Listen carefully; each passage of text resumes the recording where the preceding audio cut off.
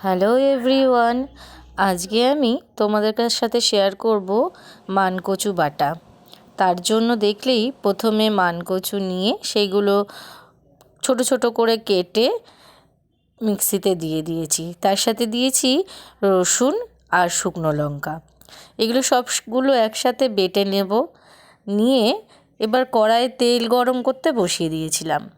তেলটা গরম হয়ে আসলে ওতে আমি কালো জিরে ফোড়ন দিয়ে দেব, আর সেই বেটে রাখা মানকচু বাটাটাও দিয়ে দেব। এই বাটাটা ভাজা করতে গেলে একটু তেলটা বেশি লাগে।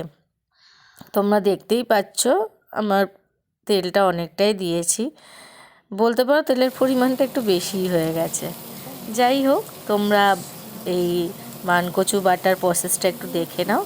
কিছুই না, জাস্ট বেটে নিয়ে শুকনো লঙ্কা আর রসুন দিয়ে একসাথে বেটে নিয়ে সেটা কালো জিরে ফোড়ন দিয়ে তেল দিয়ে কড়াইতে টেলে নিলেই, একটু ঢেকে ঢেকে করবে, তাহলে তাড়াতাড়ি হয়ে যাবে। শুধু একটু বেশি নাড়াচাড়া করতে হয়, না হলে কড়াইতে লেগে যাওয়ার সম্ভাবনা থাকে। দেখো, একটু নাড়াচাড়া করতে করতেই হয়ে গেল। পুরো রেডি আমার মানকচু বাটা।